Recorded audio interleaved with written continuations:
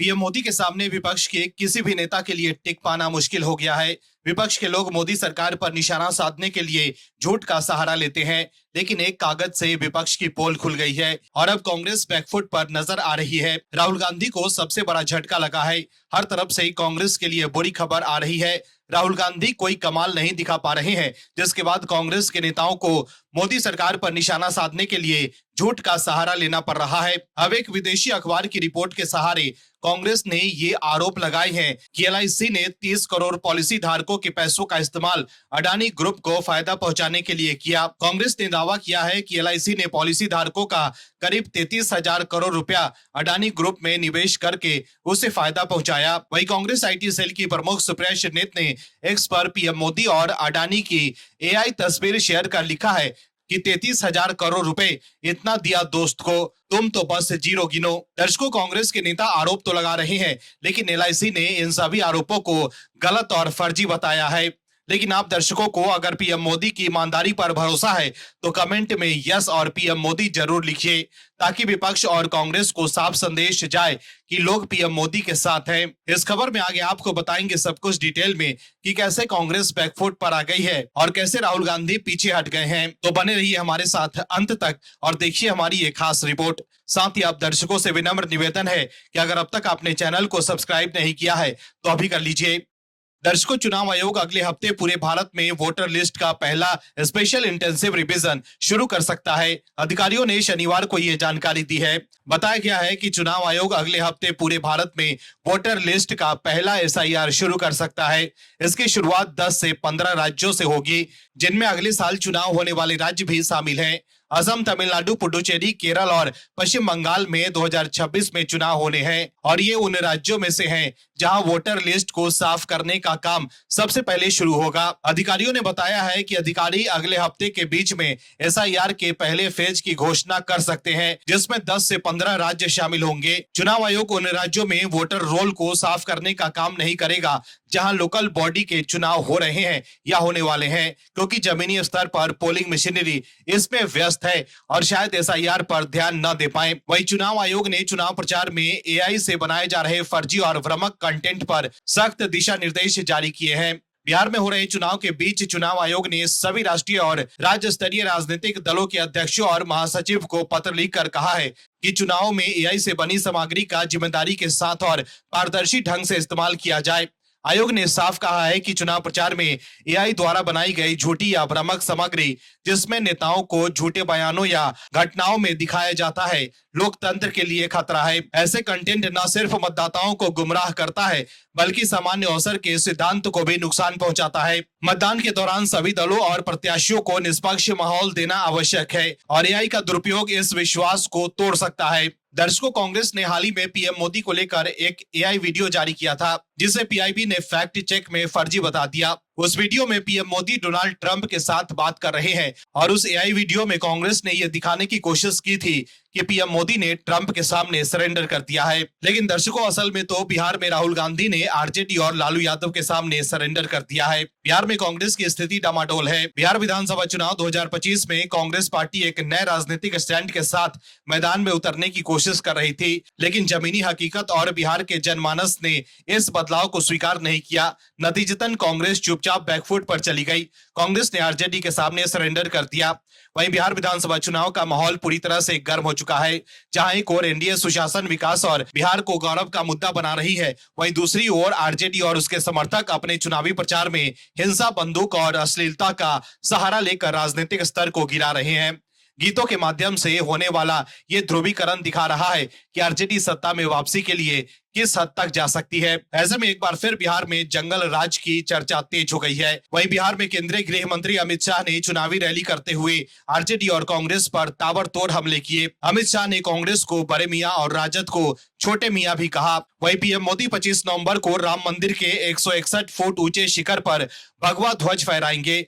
ये कार्यक्रम प्राण प्रतिष्ठा की तरह ही भव्य होगा और मंदिर निर्माण पूर्ण कार्य होने का प्रतीक बनेगा। दर्शकों, बिहार चुनाव से पहले राहुल गांधी की वोट चोरी के आरोपों की हवा कांग्रेस के ही नेता अब उजागर कर रहे हैं। दरअसल बिहार चुनाव से पहले महागठबंधन को कई बड़े झटके लग चुके हैं। अब नवादा जिले में महागठबंधन को एक साथ 2 और सियासी झटके लगे हैं। इसका असर भी चुनाव में महागठबंधन को देखने को मिल सकता है। महागठबंधन को पहला झटका रजौली में लगा, जहां के पूर्व विधायक वनवारी राम ने राजद का साथ छोड़ दिया और वो एनडीए के पाले में चले गए हैं। दूसरा झटका हिसुआ विधानसभा क्षेत्र में लगा है, जहां कांग्रेस की पूर्व जिलाध्यक्ष आभा सिंह ने कांग्रेस का साथ छोड़कर बीजेपी का दामन थाम लिया है। दरअसल रजौली के पूर्व विधायक वनवारी राम राजद से टिकट के दावेदार थे, जबकि पूर्व जिलाध्यक्ष आभा सिंह हिसुआ से कांग्रेस के टिकट की दावेदार थी। वनवारी और आभा को टिकट नहीं मिला तो दोनों ने ही पाला बदल लिया। रजौली से पूर्व विधायक वनवारी राम एलजेपी-आर उम्मीदवार विमल राजवंशी के साथ चले गए और उनके लिए जनसंपर्क शुरू कर दिया है। पूर्व विधायक वनवारी राम को एनडीए के समर्थन में आने पर नवादा से सांसद विवेक ठाकुर, बीजेपी जिलाध्यक्ष अनिल मेहता समेत अनेक लोगों ने स्वागत किया है। वनवारी राम ने कहा कि राजद ने उन्हें टिकट का भरोसा दिया था, लेकिन उन्हें वंचित कर उन्हें रुलाया है। अब मेरी बारी है, चुनाव में राजद को रुलाऊंगा। वनवारी राम का रजौली विधानसभा क्षेत्र में गहरी पकड़ रही है। वो रजौली विधानसभा क्षेत्र का 4 बार प्रतिनिधित्व कर चुके हैं। पहली बार 1972 में कांग्रेस से निर्वाचित चुने गए थे, फिर 1980 में जनता पार्टी और 1985 में निर्दलीय निर्वाचित हुए थे, जबकि 2005 में बीजेपी से निर्वाचित हुए थे। इसके अलावा वनवारी राम कई दफा चुनाव लड़े, लेकिन वो रनर अप रहे। रजौली में 2 प्रमुख जातियां चौधरी और राजवंशी आमने सामने रही है। वनवारी राम के राजद खेमे में रहने से राजवंशी वोट में विभाजन की आशंका थी, लेकिन वनवारी राम के एलजेपी-आर के पक्ष में आने से एनडीए अपनी बढ़त के रूप में देख रही है। दूसरी तरफ आरजेडी के बागी विधायक प्रकाशवीर जनशक्ति जनता दल से मैदान में उतर गए हैं। वहीं बिहार के पूर्व दिवंगत मंत्री आदित्य सिंह की पुत्र वधू और कांग्रेस नेता आभा सिंह बीजेपी का दामन थाम चुकी है। आभा सिंह बीजेपी उम्मीदवार अनिल सिंह के समर्थन में जनसंपर्क अभियान भी उन्होंने शुरू कर दिया है। दूसरी तरफ आभा सिंह की जेठानी नीतू कुमारी है, जो कांग्रेस की टिकट पर चुनाव लड़ रही है। आभा सिंह को बीजेपी में आने के लिए अनिल सिंह ने स्वागत किया। बीजेपी में आने के बाद आभा सिंह ने कहा कि कांग्रेस पार्टी निष्ठावान कार्यकर्ता को तवज्जो नहीं देती। कांग्रेस ने ऐसे आदमी को टिकट दिया है जो खुलेआम कहती थी कि बीजेपी टिकट देगी तो बीजेपी में चली जाऊंगी। आभा ने कहा कि वो निष्ठावान कार्यकर्ता रही है। 6 सालों तक कांग्रेस की जिला अध्यक्ष रही, महिला कांग्रेस की अध्यक्ष रही, लेकिन उन्हें टिकट नहीं दिया गया। वहीं इससे पहले छपरा से कांग्रेस की जिला अध्यक्ष बच्चू प्रसाद बीरू ने टिकट बंटवारे से नाराज होकर पद और पार्टी की सदस्यता से इस्तीफा दे दिया था। बीरू ने प्रदेश अध्यक्ष को भेजे पत्र में आरोप लगाया कि महागठबंधन में कांग्रेस के साथ भेदभाव हो रहा है और सारण जिले की उपेक्षा की गई है। इसके अलावा भी कांग्रेस के दूसरे नेताओं ने पार्टी पर कई गंभीर आरोप लगाए हैं। ऐसे में आप समझ सकते हैं कि कैसे कांग्रेस के नेता ही चुनाव से पहले पार्टी की चिंता बढ़ा रहे हैं। राहुल गांधी जो पिछले कुछ समय से मोदी सरकार के खिलाफ काफी जोश में थे, वो अब बैकफुट पर नजर आ रहे हैं। वहीं राहुल गांधी के साथ जो हुआ है उसके बाद उनके लिए कुछ भी कहना मुश्किल हो गया है। राहुल गांधी समझ ही नहीं पा रहे हैं कि कैसे बीजेपी से मुकाबला करें। हार के बाद राहुल गांधी चुनाव आयोग और बीजेपी पर वोट चोरी का आरोप लगाते हैं, लेकिन अब जो खबर आई है उससे साफ हो गया है कि कैसे राहुल गांधी खुद ही चुनाव से पहले हथियार डाल देते हैं। दर्शकों, वोट चोरी का आरोप लगाने वाले राहुल गांधी अब बैकफुट पर नजर आ रहे हैं। दरअसल बिहार विधानसभा चुनाव 2025 को लेकर कांग्रेस कुछ नया स्टैंड लेकर बिहार के चुनावी समर में उतरी थी, लेकिन ये और बात है कि ना तो बिहार की चुनावी रणभूमि और न ही बिहार का जनमानस इस बदलाव के प्रति आग्रही था। फिर भी कांग्रेस की जिस युवा टीम को इस परिवर्तन की लहर की वास्तविकता जानने और समझने की जिम्मेदारी दी गई, उसका निर्वहन नहीं हो पाया और धीरे धीरे कांग्रेस कब बैकफुट पर चली आई, इसका एहसास भी अंत में हुआ। अब आप जान लीजिए कि कांग्रेस क्या चाहती थी और मिला क्या। दरअसल कांग्रेस के बिहार प्रभारी कृष्णा अल्लावरू और एनएसयूआई के राष्ट्रीय अध्यक्ष कन्हैया कुमार ने तो चली बहुत दूर से थी। इन युवा नेताओं ने चुनाव से काफी पहले नौकरी दो पलायन रोको की जो यात्रा बिहार से निकाली, उस कार्यक्रम की पूरी रूपरेखा सदाकत आश्रम में तैयार की गई। वहीं आरजेडी सुप्रीमो लालू प्रसाद यादव को इन लोगों ने बताया भी नहीं।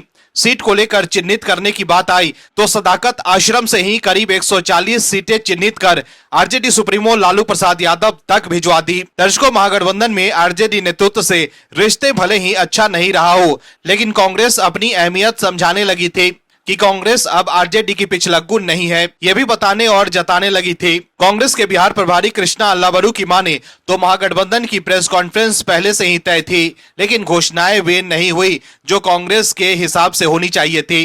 बिल्कुल भी नहीं। महागठबंधन की प्रेस कॉन्फ्रेंस से घोषणाएं वही हुई जो लालू यादव चाहते थे, राहुल गांधी कतई नहीं। और बात सिर्फ तेजस्वी यादव को महागठबंधन के मुख्यमंत्री पद का चेहरा घोषित करने तक नहीं है। बात यह है कि कांग्रेस के हिस्से क्या आया और आगे क्या आएगा। फर्ज कीजिए, अगर कांग्रेस नेता राहुल गांधी ने बिहार चुनाव के लिए करीब 6 महीने का वक्त नहीं दिया होता तो भी सीट बंटवारे में जो मिला है उससे कम मिलता क्या। महागठबंधन में कांग्रेस की हालत तो वीआईपी यानी विकासशील इंसान पार्टी से भी गुजरी लगती है। 15 सीटों पर दावेदारी करने वाले मुकेश सहनी के मुकाबले राहुल गांधी की कांग्रेस ने तो ज्यादा ही गंवाया है। मुकेश सहनी को अपना एक उम्मीदवार वापस लेना पड़ा है, लेकिन कांग्रेस को तो अपने 2 उम्मीदवारों से नामांकन वापस करवाना पड़ा है। और ध्यान देने वाली बात यह है कि आरजेडी ने अपना एक भी उम्मीदवार वापस नहीं लिया है, इसलिए 11 सीटों पर अब भी दोस्ताना मुकाबला हो रहा है। राहुल गांधी ने बिहार का दौरा तभी शुरू कर दिया था जब दिल्ली में विधानसभा के चुनाव चल रहे थे। राहुल गांधी ने राबरी आवास पहुंचकर लालू परिवार से मुलाकात जरूर की, लेकिन तेजस्वी यादव के जातिगत जनगणना कराने के दावे की हवा निकालने की कोशिश की। राहुल गांधी ने बोल दिया कि बिहार सरकार की तरफ से कराया गया कास्ट सेंसस फर्जी था।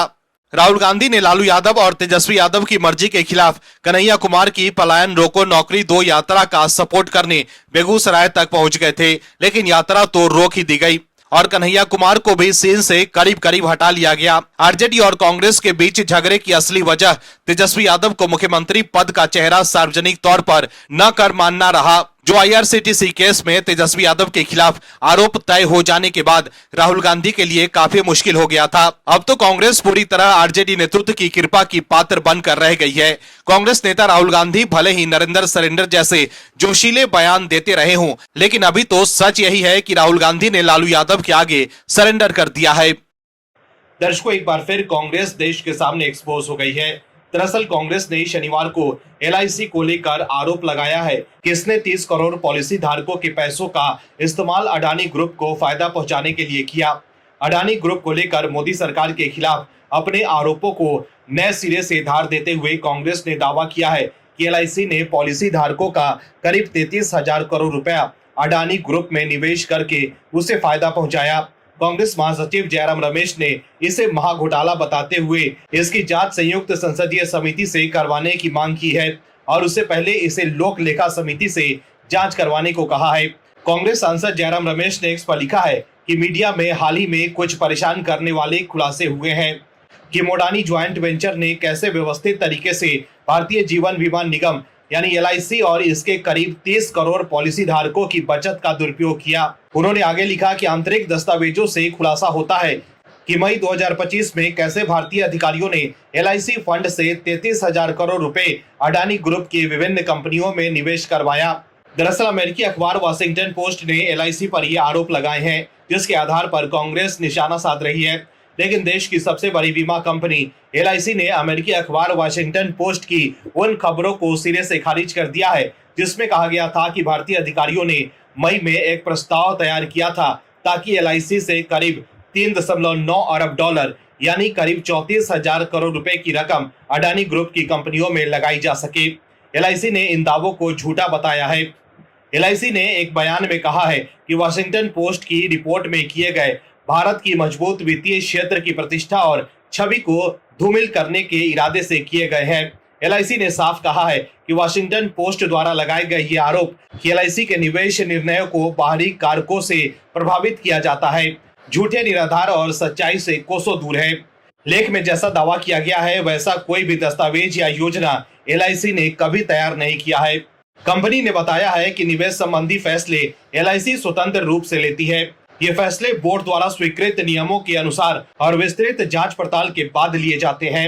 एलआईसी ने स्पष्ट किया है कि वित्तीय सेवा विभाग या किसी अन्य निकाय का ऐसा निर्णयों में कोई भूमिका नहीं है।